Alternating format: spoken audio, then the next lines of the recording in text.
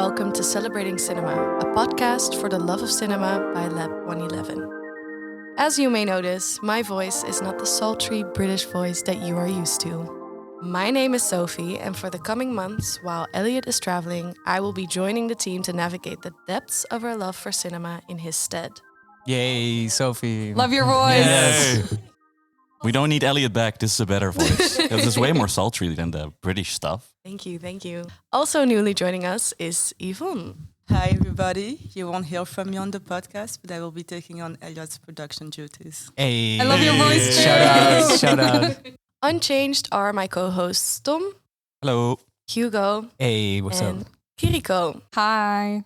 Today we will reflect on the work of cult film director Alejandro Jodorowsky in celebration of the 50th anniversary re-release of his mystical magnum opus, The Holy Mountain. But before we move on to the topic of today, I'd like to start by asking everyone what you've watched lately. Well, yesterday was Valentine's Day, which is a great moment to go back to some of your favorite films. And I organized a surprise date for my boyfriend, which was to watch the Titanic in 3D IMAX. Oh my God. How is that? And it was very special. My boyfriend had never watched it. I made BLT sandwiches, which I brought, and it was, I think, one of the best dates of my life. I'm incredible. not sure if he feels the same way, but it was so fucking good. What an iconic statement of a movie. Box office gym never fails. Whoa. What a picture. What a picture. Box office gym never Was it fails. was it in the high frame rate as well? Because he converted it to No. 48 FPS. No, he did? Yeah. Was it in 48 FPS? I guess. I need to don't see it know. in the cinema. I'm dying to see it again. Do you see that difference in the cinema? Yeah, it's so 3D is better when the frame rate is higher. Yeah. It was good 3D. It was really Okay. good 3D. Then probably high frame. But usually the high frame rate looks crap because have you ever seen the Hobbit, The Hobbit. movies? No. So Peter Jackson did the same, and it ended up just looking like soap opera TV look like- constantly. Like the motion smoothing on your parents' TV, but then in the cinema.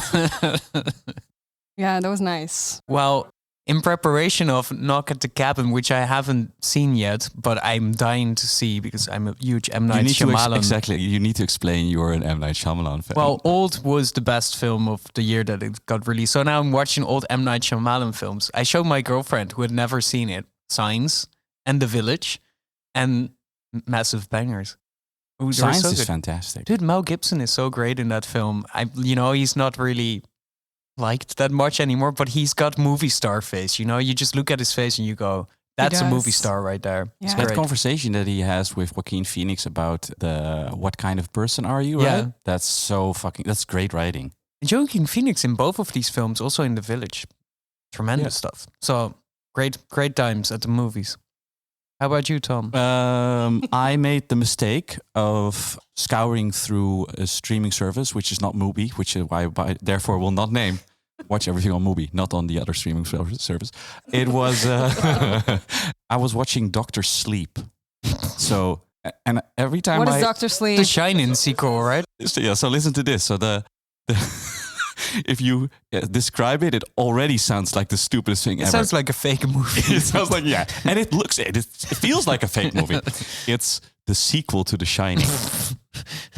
Work. But it's the sequel to The Shining as though Stephen King said, okay, if you want to make a sequel to this, it has to be based on my stuff, not on the Kubrick stuff. But the studio probably said like, yeah, but nobody really liked your stuff. Everybody liked The Shining. Also, he didn't like The Shining himself, He right? hated The Yeah. Shining, really, yeah. So the entire first 45 minutes of the movie is fan service. Like, look, it's the carpet you remember from The Shining. Look, it's that number on the door. We It's love the carpet. room We love the 237. numbers.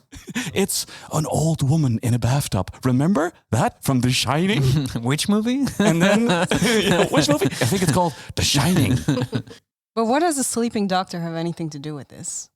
He's Dr. Sleep. He is Dr. Sleep. The guy from The so Shining? Danny, okay, oh my God. It feels like I'm drunk and describing like an idea for a film that nobody wants to do. So after 20 years or so after The Shining, Danny Torrance, like the little boy, Ram, is all grown up and has turned into Ewan McGregor.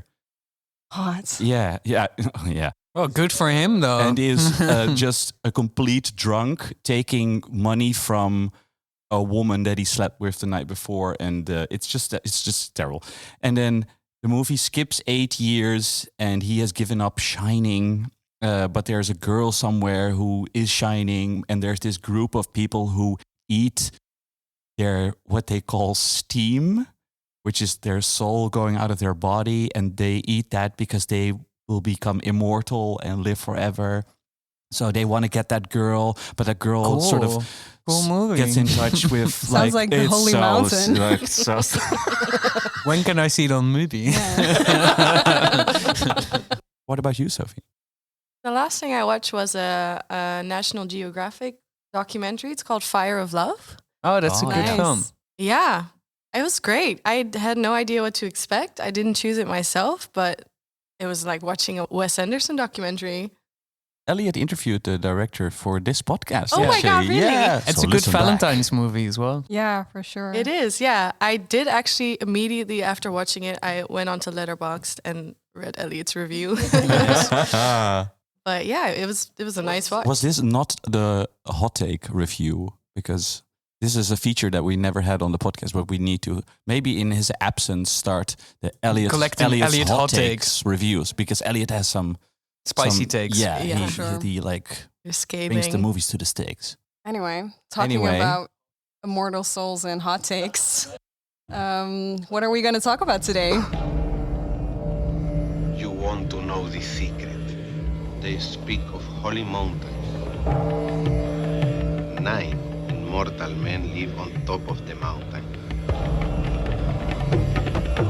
They hold the secret to the conquest of death.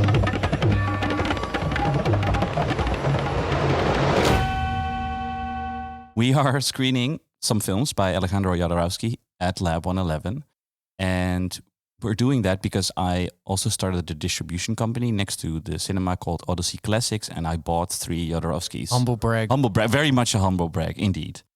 Yeah, so we're talking about his films. His bizarre, spiritual, out there, everywhere movies. I believe you have a cold open. I have a cold open, which is, as I said before we started recording, as incoherent as some of his cinema work. I hope it will make sense, and I hope it can be the starting point of a conversation about many things. It's a bit long, I think. Sorry about that.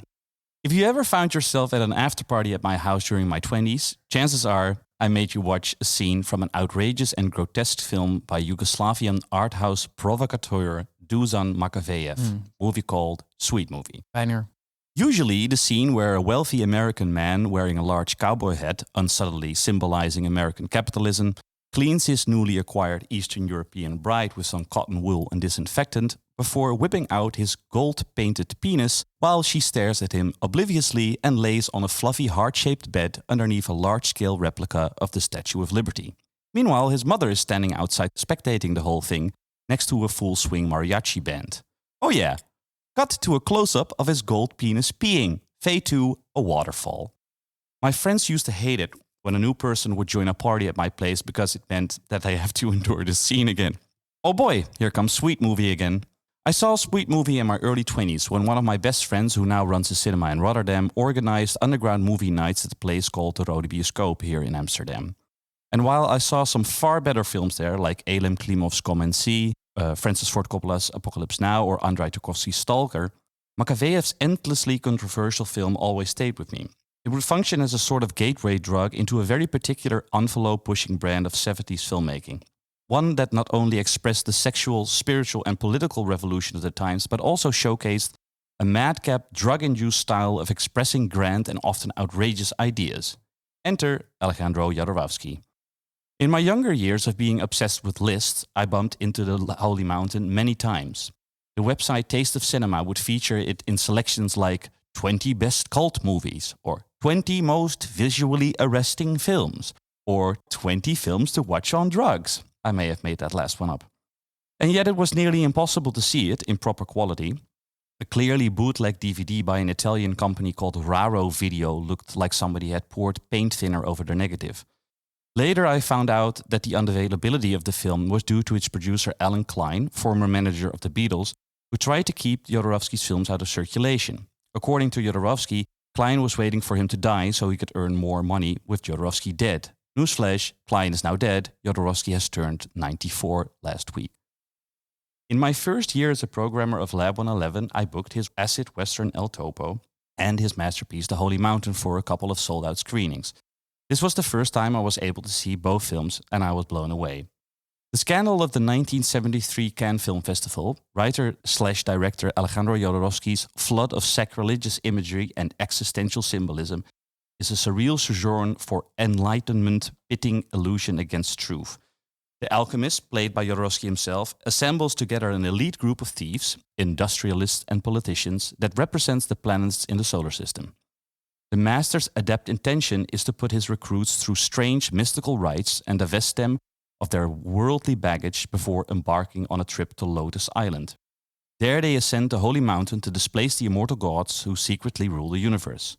The Holy Mountain is a mystical masterpiece, a Hieronymus Bosch painting come to life, part spiritual quest, part science fiction, part social satire, and completely without comparison. Following his meteoric rise in the wake of El Topo, Alejandro Jodorowsky was given a budget of $1 million, equivalent to $4 million today, by his friends John Lennon and Yoko Ono, who had attended many screenings of El Topo as a midnight movie in the Elgin Theatre in New York, and total artistic freedom for his follow-up project. He wrote the screenplay, designed sets and costumes, co-wrote the music, directed, and acted in the film. Last year, I was able to acquire the rights for The Holy Mountain, as well as Jodorowsky's debut feature Van de Welis and his follow-up El Topo.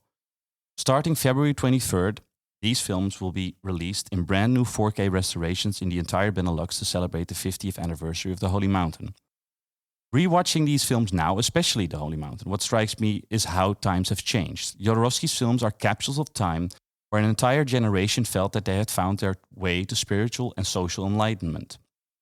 They were going to change the world, turn the table, like The Alchemist does at the end of the film. But as we find ourselves in 2023 fighting for different and sadly sometimes comparable freedoms, the question arises, how much have we gained? Fierce. Fierce. Good cold open, though. Yeah. Oh, thanks. Thank you for the backstory. Well, I think, it's a kind of like a leading question. So maybe to prolong your cold open a little bit, what do you think about, you raised it, so what do you yourself think about that? Because now you're screening the film again in the cinemas, 3 of his films. What do you think we gained? Because you seem a bit pessimistic or something. Not necessarily, but watching it now again is that, okay, so first of all, we need to get a thing out of the way. There are like many things very controversial about like his films, the way he makes films and how like they're pretty fucking out there. Mm-hmm. But I think that they feel a bit naive sometimes in a very good way, but very much like a, how do you say it? Yeah, like I said in the cold open, like a capsule of their time. I honestly have the feeling that generation had the idea that they had changed the world for the better and that everything was equal and that we were all going to have sex with each other constantly and it was all going to be fine and we were going to topple capitalism. And when I look at the world now, I sometimes have the feeling that we are even more divided than we ever were. But it's funny that, Yoko Ono and John Lennon were so involved with the career of Jodorowsky, because I was recently watching the entire Beatles anthology documentary, which is 10 hours about the Beatles. And they were like so proud of themselves when they made the song All You Need Is Love, because they're like, that's really all you need, So all you need is love, isn't it? It's just, love that can save everything, can solve everything. But like you say, that naivete, you see it in the Jodorowsky films as well. I'm not sure, though. Like, if you look at The Holy Mountain, it's I don't know, I see a lot of pain and horror, and horror that humanity has created throughout history, but also the pain of capitalism at that moment, which was very much alive. And also the movie doesn't really get to a point where you feel that there is a solution for that big of a power. The playfulness of how Jodorowsky makes his films, and also how the Holy Mountain is a place of play without pain. But then I feel like that is not the real story. I think that is the attraction that pulls you in. But then all you see is soulless capitalism in the end, no? Yeah, I don't think in the end. I think that the message at the end of the film is that, but maybe we're really fast forwarding through this, but I think that the message at the end of the film is where he breaks the fourth wall and almost says like, yeah, now you do it. Now you come to spiritual enlightenment. You go out of this stupid thing that I made called a film and go to reality and fix the problem. I think there is an assumption maybe in that time, but it's hard to make, to really prove that case because we are not from that generation. But I think there was an assumption that arts and just being transgressive enough in culture could maybe transcend the actual material, problems of the time, the political, material, economic problems of the time. And it's true that those films are very much about pain and anguish as well. I think he's actually very good at depicting that in very evocative ways. But maybe they thought that through representing those feelings, that maybe could be a way forward. And I think the big question, or to answer your big question, is maybe we are at this point a little bit too cynical about film actually saving us or bringing us that much further. And maybe that's a loss. Because isn't it better to have somebody like Jodorowsky who is so out there with what he aspires to do with film, also get so much trust from friends around him to get that much money to actually be able to realize those things, right? I don't know. There's at least, and I think that, a Sweet movie attests to that as well. Maybe it's kind of nice that people had the freedom to make all this crazy stuff because some of the images, and things are unforgettable. And Sweet movie, so the scene that I describe is one of the funny ones, and there's a lot of humor in that film as well. But there's also this entire sort of documentary part of a commune where everybody treats each other as babies, which ends up with people eating their own shit. Fuck! Stop with making people eat shit in films. I'm done. You mean so Pasolini? Done. Yes, Pasolini. But the Holy Mountain has it as well. Oh no, does he eat the shit? No, but we see the shit. It turns into gold, though. Yeah, but I'm done with seeing the shit. You know. Are excrement. Well, can I ask an even more controversial question? Do you think the films are actually good? I love the Holy Mountain, but I don't like El Topo. But I actually also kind of like Van der Lees. Can you put to words what works in the Holy Mountain that doesn't work in El Topo, or? So what I said earlier about getting to the core of the horror of humanity, I find that the Holy Mountain does that very well. I have a similar experience with not having seen the film and always seeing it on these lists, and I saw the stills a bazillion times, so it looks fabulous.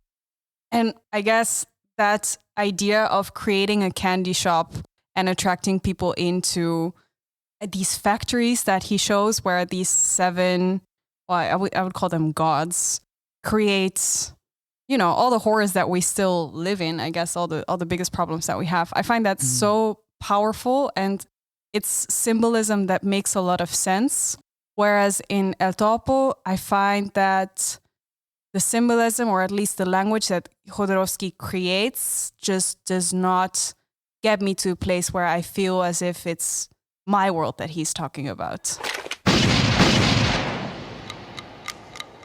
En este desierto viven los 4 maestros del revólver. Tú tienes que encontrarlos y matarlos. El desierto es circular. Para encontrar a los 4 maestros tendremos que viajar en espiral. How would you guys describe El Topo? Because you did a perfect job of, summarizing the Holy Mountain and painting that picture. But if somebody hasn't seen that film yet, it's often labeled as the acid western, But how would you, Kiriko? And the first real midnight movie together with Eraserhead. Yeah. Sorry. I don't know. It's just, colorful cowboys to me. It really doesn't spark. How about you, Sophie? It made me very uncomfortable.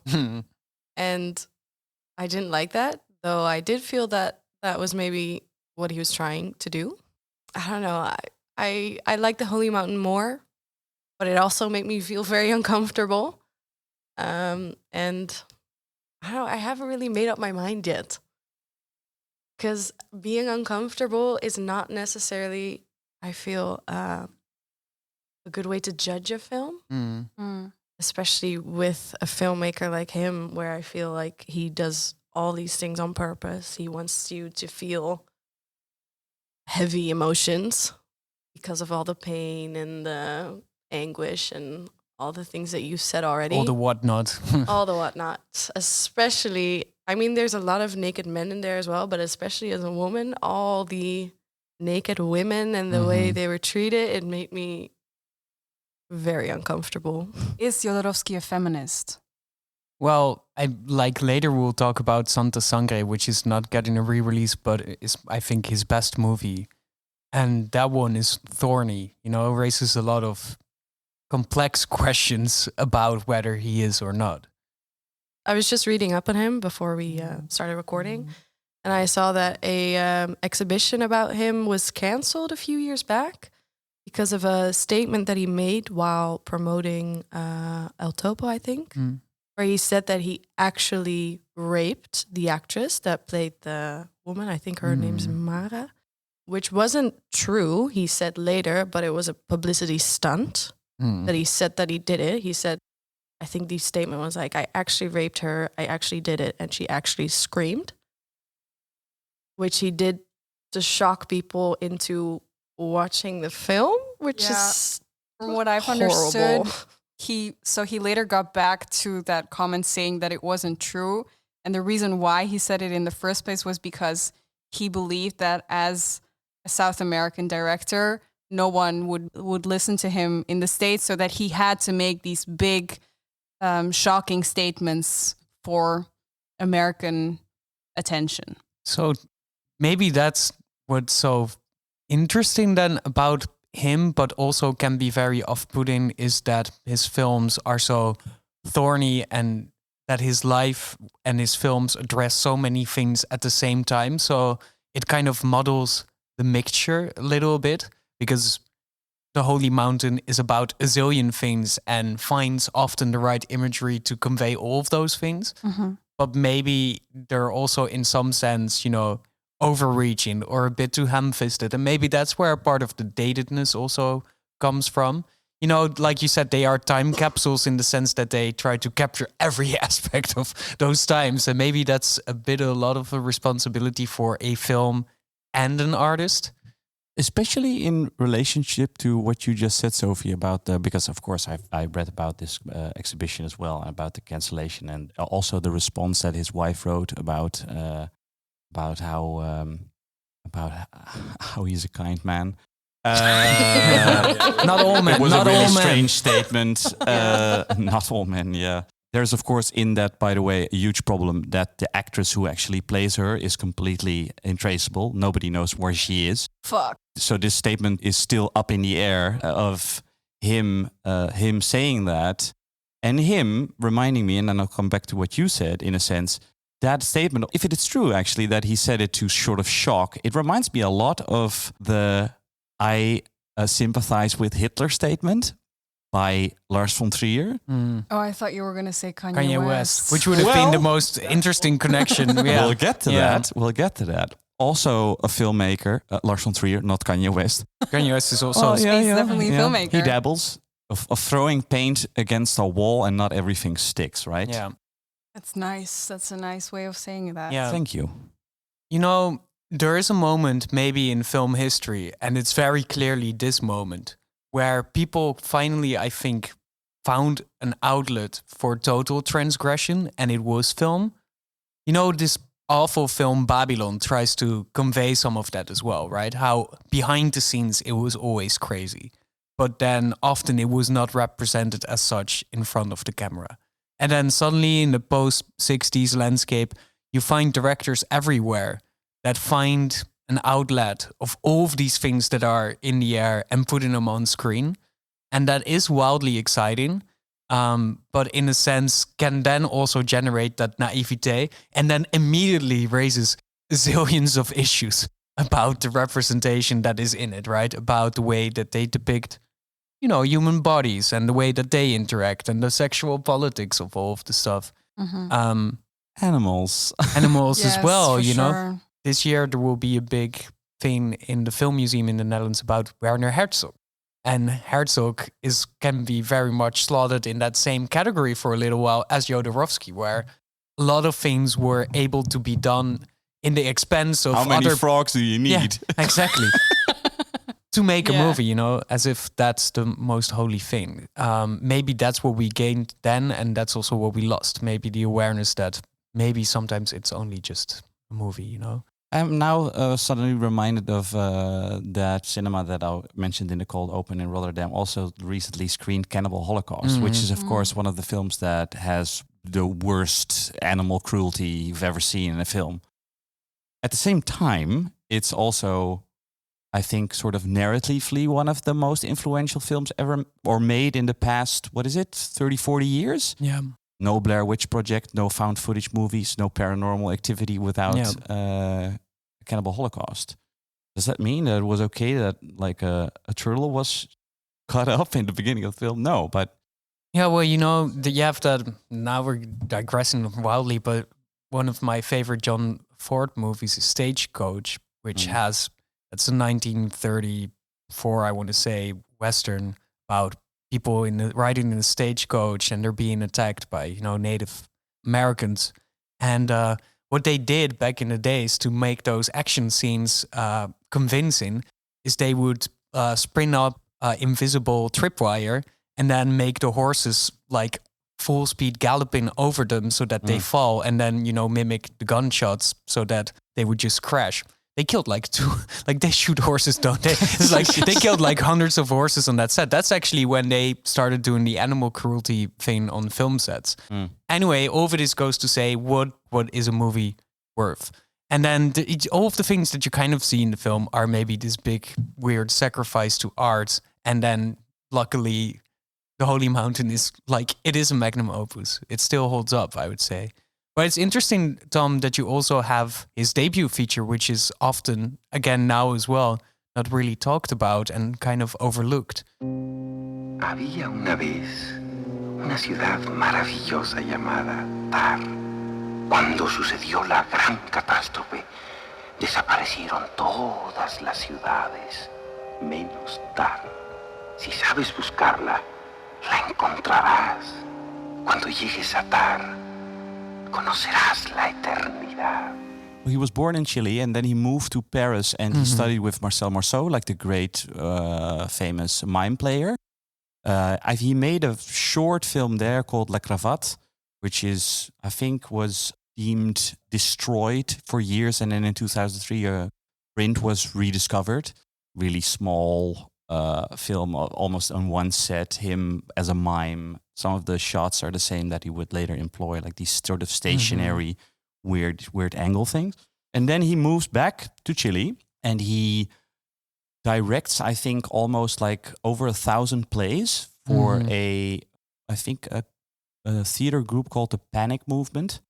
Such a good name. Such a good name, yeah. Which almost describes what it was. It was like super avant-garde, chaotic theater that was hypersexual and all over the place. And Van der Release, his debut movie, is a adaptation of a play written by his friend Fernando Arrabal, which is from that same period and that same theater group, and is about sort of codependent relationship between two lovers. But you said you like this more than El Topo, right? So I'm going to hand this over to you to describe this.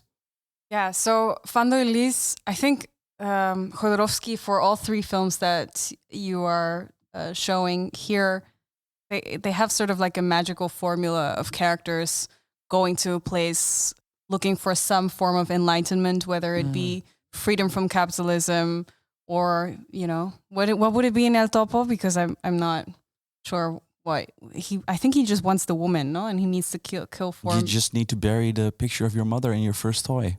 That's it. Women. So the search of women on mountain, and then for Van de Elise, I think it's they're going on a mountain or they're going to a place to free themselves from their trauma. Yeah, the mystical city of Tar, which I think is done in such a charming, sweet way where it's two people and they're in a relationship and things go well, but they also really hurt each other because of their traumas. And their traumas are symbolized in such a beautiful way where, you know, their father and their mothers need to come back. They need to bury them in order to move along. They need to carry each other, whether they are dead or alive. I don't know. I find it is such a clear, sweet way of showing how you need to, you know, move over. I think this is also very affecting. Yeah. Because I have the feeling that we're sort of bouncing back between what worked then maybe, or how people responded then and how we respond to these films now, because there are controversial or provocative things happening in them. So this movie was banned in Mexico. Yeah. For the longest time when it premiered at the Acapulco Film Festival, which sounds like the best film festival ever. When it screened the first time, the crowd tried to kill Jodorowsky because they were so incredibly angry about what they saw on screen that they chased him out of the theater, and he had to sort of secretly leave with a car because otherwise they, according to his words, they would have lynched him. Mm. I mean, never trust the man because he says a lot of things to create. And also good for the audience to have evocative reaction, you know. Yeah. That's like a great historical audience. We I mean, love to hear that. That's what they do at the Acapulco Film Festival, you know. Yeah.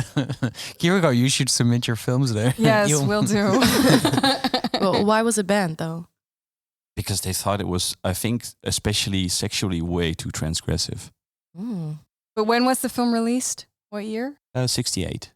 I mean, that's not that. I mean, maybe, I don't know what the Mexico film climate was at the time, but it's not that explicit. No, but this is the interesting thing. But you have to imagine that this is like really just this cutting off moment where it's a turning point literally almost globally in what people were trying to kind of like show in arts. And, you know, so many things have passed through so many censors when it was like pictorial arts or anything other. But with film, I think people were just so much more cautious because it comes so much closer to actually resembling a reality, and then capturing the things as such was maybe too controversial. Right. I don't know. You know, it's so interesting what you said, which is, I think, ultimately the thing that I love the most about most Jodorowsky films, if not all, is those themes that he constantly returns to, which is to overcome the burdens of your predecessors, to actually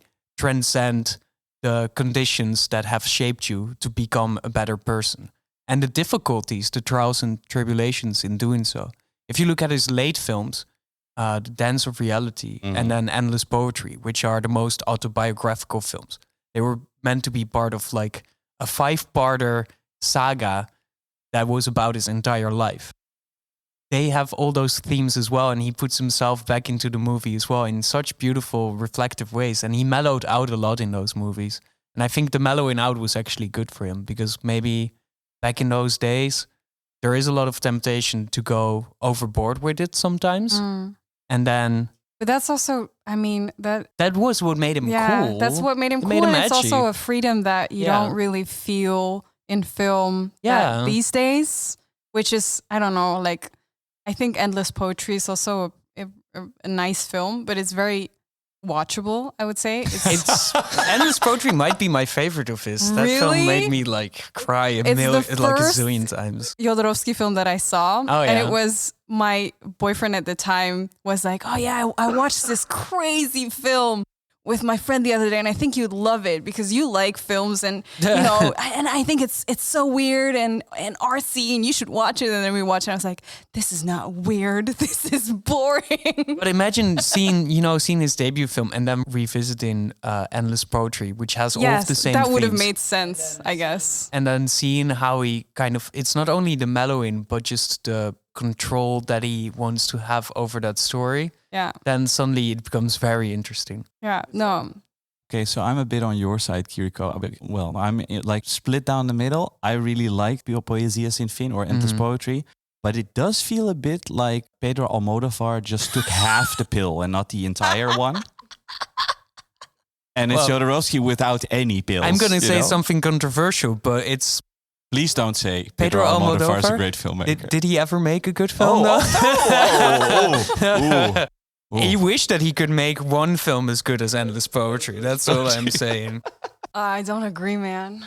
Anyway, I remember that you once said that you watched The Holy Mountain on some form of drugs. I think I've said it on the podcast. Yes. I can do it really briefly, but just because it's funny and it's one of the worst screenings I ever had. You joked about it being on the list of, 20 films that you can see with drugs. Actually, The Holy Mountain is kind of a film that maybe sucks on drugs in general because there's already too much in it. What's good films to watch on drugs are like James Benning movies where there's only skies or just trains passing. Like and that's the whole movie. Cinema. Yeah, landscape cinema. Just like almost watching paint dry. That's actually nice. But there's too much happening maybe in the Holy Mountain for like psychedelic drugs. Anyway, some people in Amsterdam came up with the great idea to do a double projection screening of Holy Mountain with two screens side by side that quote unquote simultaneously played the movie, but it was off in like a second. So it was in tandem in a very annoying arrhythmic way. It didn't even, add anything. It was awfully distracting. And then they gave everybody magic chocolates. And we were in this venue, but there was a piano there as well. And one guy is just really, really high. And he's just banging the piano keys all the time. But I'm too high to realize that the dissonant, awful piano chords are not in the movie, but actually are generated in the room. So I'm like, this is such a dissonant, awful experience. And I'm like, why is that? And then at the end of the movie, I see this guy hammering the keys. And I'm like, oh, fuck. It was so really bad. And then the film was over and they were like, okay, well, now have a nice evening. And then we were at the NDSM in Amsterdam waiting for the ferry. And there was like no aftercare, no talk or anything. Shit. It kind of goes to show you that the whole hippie enlightenment thing can also be very isolating. Because if you don't actually talk with each other and give each other aftercare after those experiences, what is it actually for, Yeah, good one. So don't watch it high. Don't do drugs. I'm wondering a bit about what you said about him mellowing out later, because I haven't seen the Endless Poetry. And Dance of Reality before. You're talking about his absurdism? Mm-hmm. Because for me, throughout what I've seen, I haven't seen all of his films and not in their entirety. It felt like he's a man with an extremely big ego. Oh, totally. And making a 5-part autobiographical film about yourself doesn't sound like mellowing out.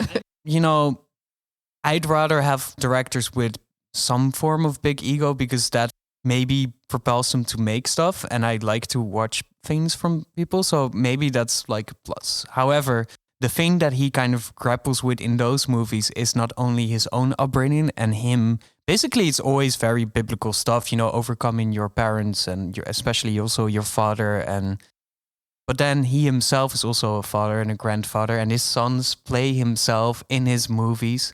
And he comes into his movies playing his father, talking with his sons. It like breaks the timelines as well. And he generates these spaces in his films where basically he can do a kind of weird intergenerational therapy almost, where he's playing his father, but he's the grandfather of the protagonist who is playing him when he was young. So he's kind of like mapping out his entire family tree in those movies in a very unique way. And those scenes really got to me because what other family is doing that? Thing that comes to mind closest maybe is Sofia Coppola with that movie that she made with the recent movie with Bill Murray, the film on Apple TV Plus. The On the Rocks one? Yeah, On the Rocks, yes. Nice. Which also kind of plays with that, but here it's even more explicit. I remember one thing that's just beautiful snippet, I guess, where he gets a necklace from this guy, right?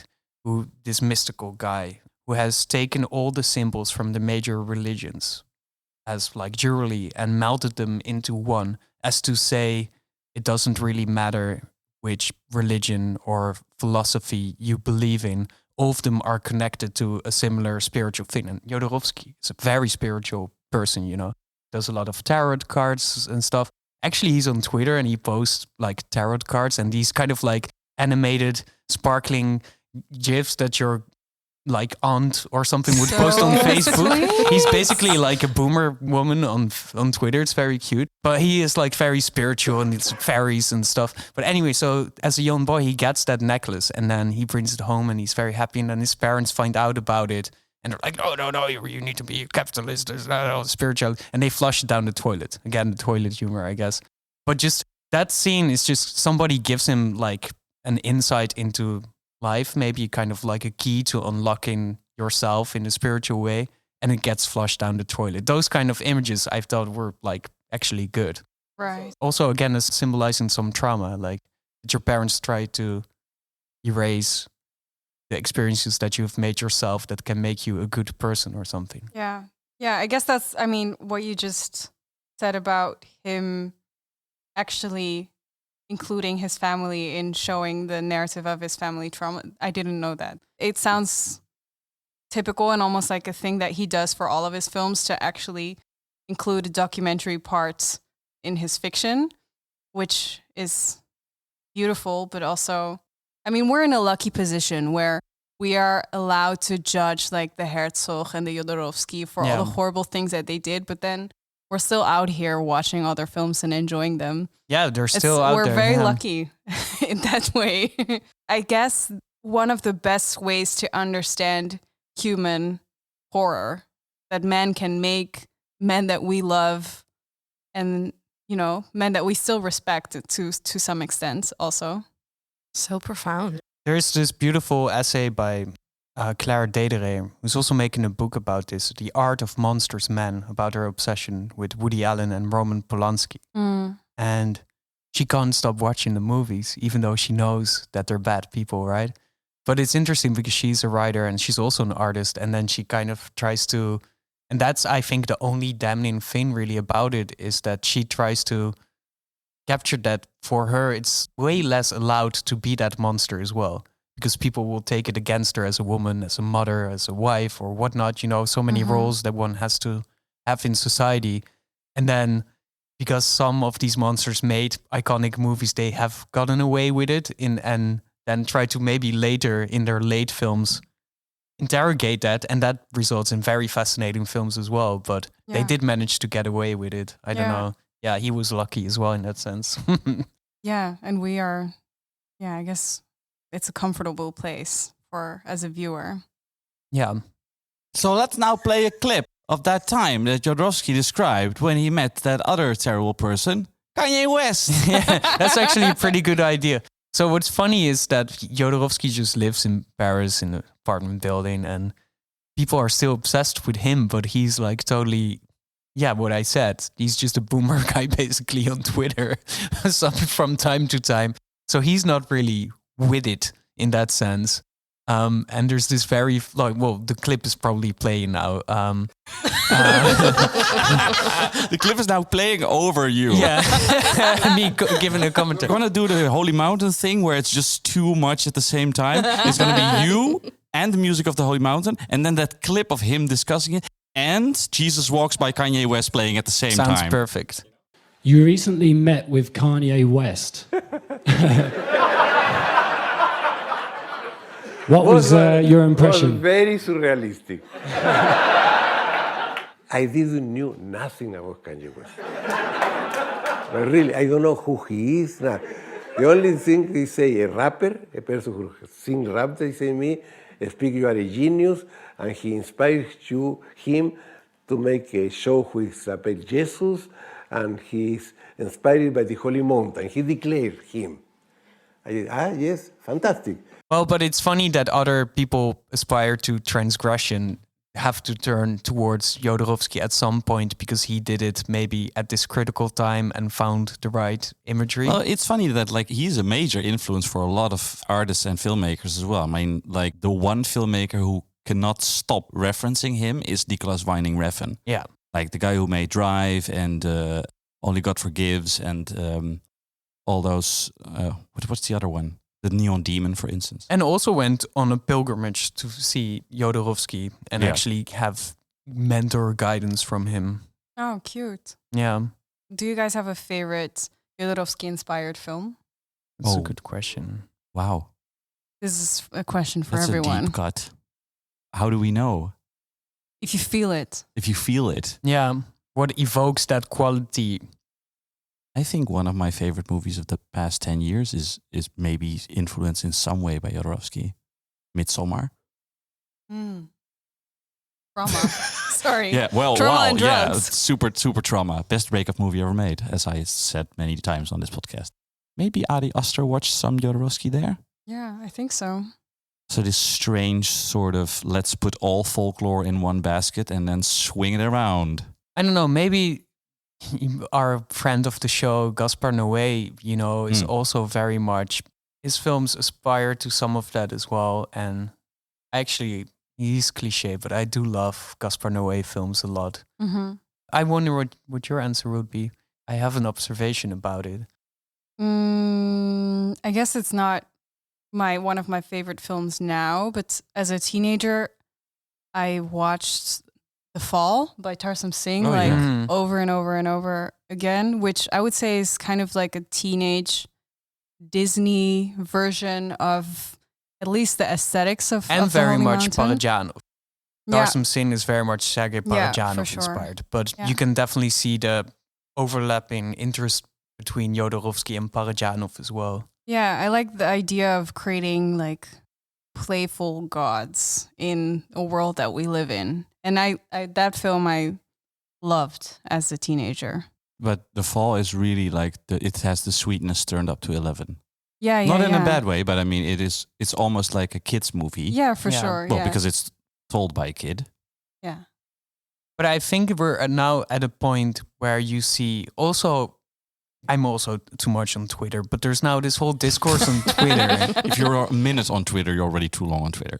No, that's not true. Oh, come But on. there's a discourse on Twitter right now, or there's like a vocal group of people, let's put it like that, who are like very much kind of like railing against sex scenes in films and like depictions of nudity and these kind of like moments of intimacy. And if you look at mainstream film at this point, it's kind of like totally scrubbed of things that are messy about human relationships and desire. And like Marvel movies, for instance, have like a -0 form of sexual attraction in them, People look beautiful, but they don't actually desire each other or have serious relationships.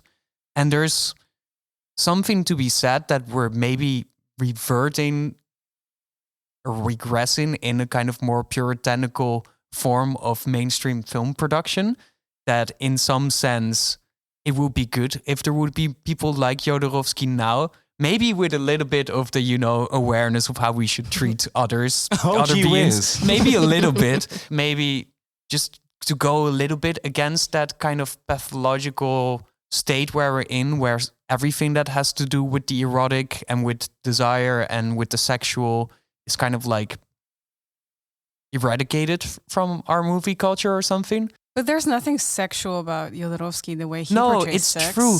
Well, actually, there's one film, and that's maybe a good bridge, but there's one film that is very, very sexually charged, and that's Santa Sangre.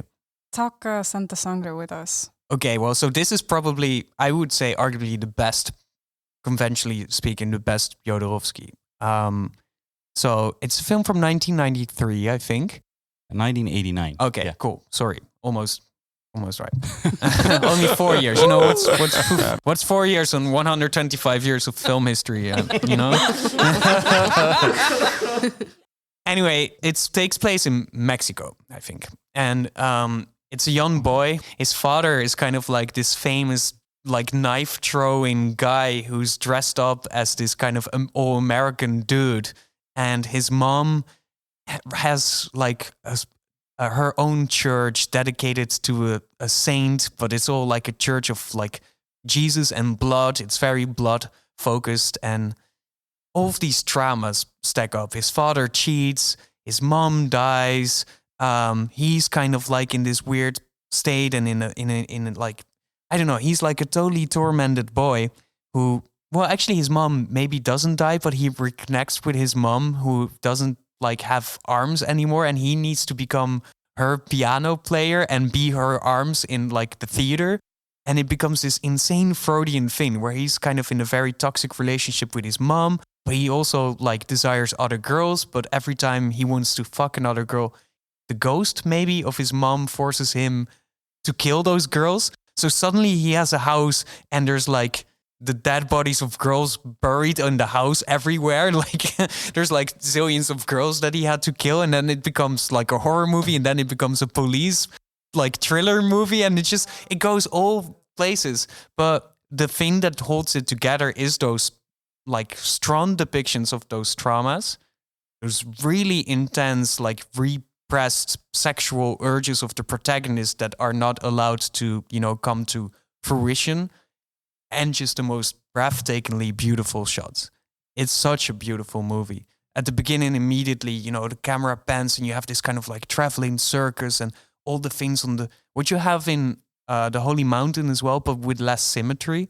So things just happen on the screen and it's chaotic, and things happen in the foreground and the background. It's a beautiful film. I saw it in the cinemas recently and it was a lot of fun. But that film is very much about sexuality, I guess.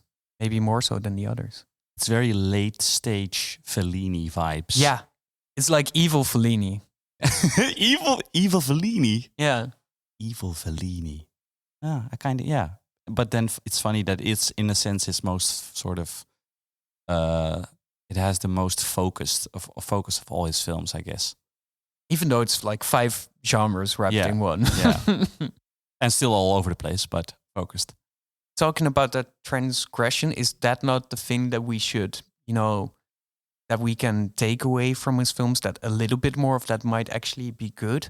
Because, Midsommar, for all of its things that it does good, it's also a little bit of a safe film, I would say. Mm. I wish it would color a little bit more outside of the lines that he set up for himself. Exactly that. What you just said is what I find interesting about these films is that, it's good that there needs to be some splattering of paint outside of those lines to bring the paint back into the fucking metaphor. But that's what is interesting to see, even if there are parts of these films that you might not agree with, or that shock you still, or that might bring you into touch with how some morals have changed through the years. That's what I was trying to hint at in my cold open as well. Yeah.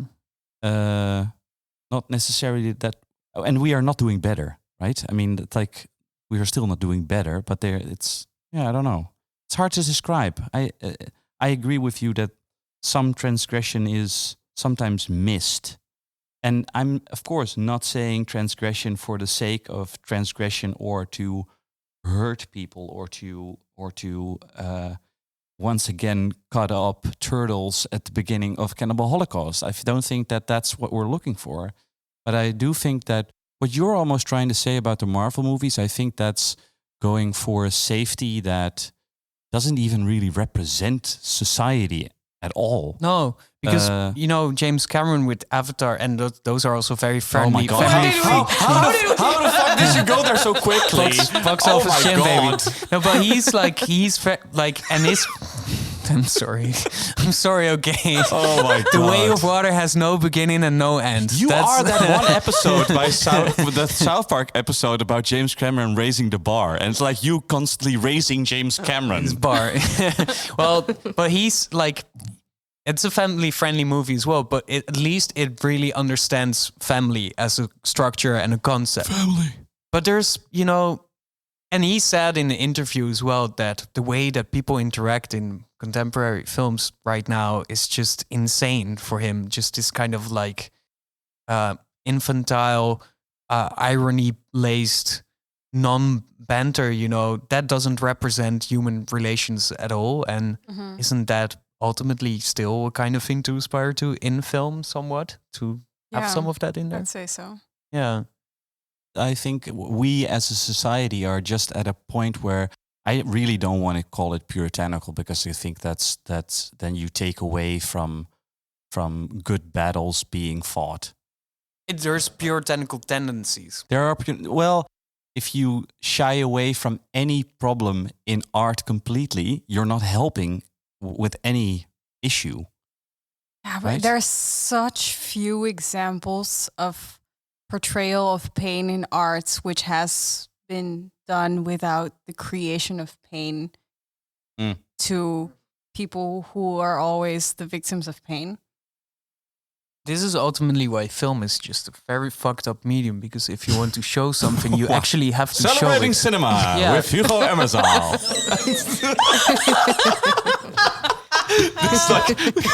This is why cinema is a fucked up medium. It is, and people can't see you on the podcast. You're like fucking, you're like head in hand, going like, oh my god, cinema is God is dead. Cinema is dead. Where are we going? James Cameron is the only man who can do anything. There must be ways to do it right, though, right? Or maybe right is not the right word, but this really makes me think of the series Normal People, because I feel like they try is that the one with Paul Mescal? And, yes. I really want to watch that. Mescal, yes. No, because I'm in love with Paul Mescal. I loved it so much. I thought it was a great series, and I feel like that one tried to veer in a kind of a different direction, because they really try to show the relationship between the two main characters in a very, very messy way. Like there's so much nudity and sex in the series. Like I remember reading reviews that were like, you might not believe this, but there's more sex than in Game of Thrones, which is insane. What a strange comparison. They're constantly naked, but in a very messy way. And I've been reading so much about it when I watched it because I thought it was so good. And the actors were talking about how they constantly had to be naked around each other. Which is talking about what you're saying, that if you want to show it on the screen, you have to actually do it. Yeah. And like they were talking constantly about how the guidance that they got throughout the series was so good, and that it was really what made them be able to portray it in such a real and raw way, because they had to do it in such a real and raw way. So you want to be able to feel comfortable doing that. And yeah, they had like expert guidance on how to be naked with each other. Like, you know, all of these things, I agree. And it's a great example. I haven't seen it, but I'm looking forward to seeing it. But it can totally be done, you know, and that's not necessarily the issue. But then also to put it in this film screen, because again, you know, maybe those things are now more easy to do on TV, because it's supposed that you know, watch it from the comfort of your own home and you have a bit more anonymity and privacy. And it's not even about the portrayal of nudity per se, and maybe it's just about the embracing of messiness or something. But what I kind of wanted to say is that, you know, I do feel that we are at a point where mainstream film is very stagnant in two directions. One of them is the mainstream form, and the other is kind of like an art house form where, well, I've talked about this before, where you represent a single problem maybe, and then that should cover it or something, right? I do kind of desire that there would be a Jodorowsky type person, or multiple people that at least break maybe with some of the narrative conventions that are around that as well, because maybe that's also either it needs to be now this totally up its own as kind of like inverted metaverse IP fuckathon, or it needs to be this like hyper realist thing, and there's so little in between. There's like just the imagination of the canvas of cinema. Where's that or something? I don't know. Yeah, and I fully agree with. But I think it's a different. Yeah, but they are for me somehow deeply interlinked. I'm not sure why, but thinking about Jodorowsky raised those questions for me, I guess. That's the thing that when I first saw the Holy Mountain here, like when I started out here, it was what I thought was so liberating about it. I'm just going to do this. Like, I'm just going to put all these things together. And that's, yeah, and even if it makes no fucking sense. Yeah. Because there's a lot that makes no fucking sense. But, I don't know where I want to go with this sentence. But movies make less sense. Make less sense. Yeah, maybe, or like... Yeah, we need more millionaires just throwing 4 million Definitely, 100%. With full creative... That's what's needed for this. That's a weird way to end the podcast. No, it's a great way to end the podcast. Until that happens, You can watch Alejandro Jodorowsky's films here in Love 11. If everybody comes see those films, maybe it can make Tom a millionaire. And he can start supporting filmmakers to make crazy movies. I have one final question to end. So we've heard now in this episode that his films are a lot. They're very absurd. They're unpleasant, but also pleasant. You can watch it in different ways. For people that are going to come here to watch the films for the first time, what do you think is a good way to see his films, like to experience them, a way to go into the film? I know, just go like during the weekdays or something, just take a sick day from your job, go to like the morning Thursday morning screening of the movie, take a cup of coffee and some sparkling water and watch the movie. That will be the best way. Skip work, watch a good film. Well, I'm not going to disagree with that at all. Yeah, I agree with that. I wouldn't recommend doing drugs and watching this film. No, no, definitely. No. I would. The mood that you need to be in is like, the it's Monday morning mood. That's the mood.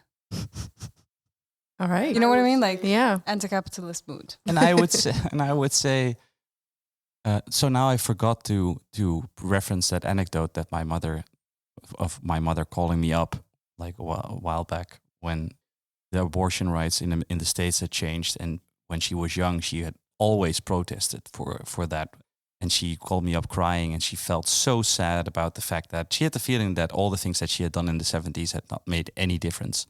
I don't know how this relates to what I'm going to say, but I always have to think about that bridge in time between this movie and where we are now, and how if you watch these films, go see them with an open mind, and there might be things that you don't agree with, or that might shock you, or that might be too provocative for you or anything, but they do show you a time where we thought differently about some things, and how can we learn from that and go forwards? I think that's what I would give viewers.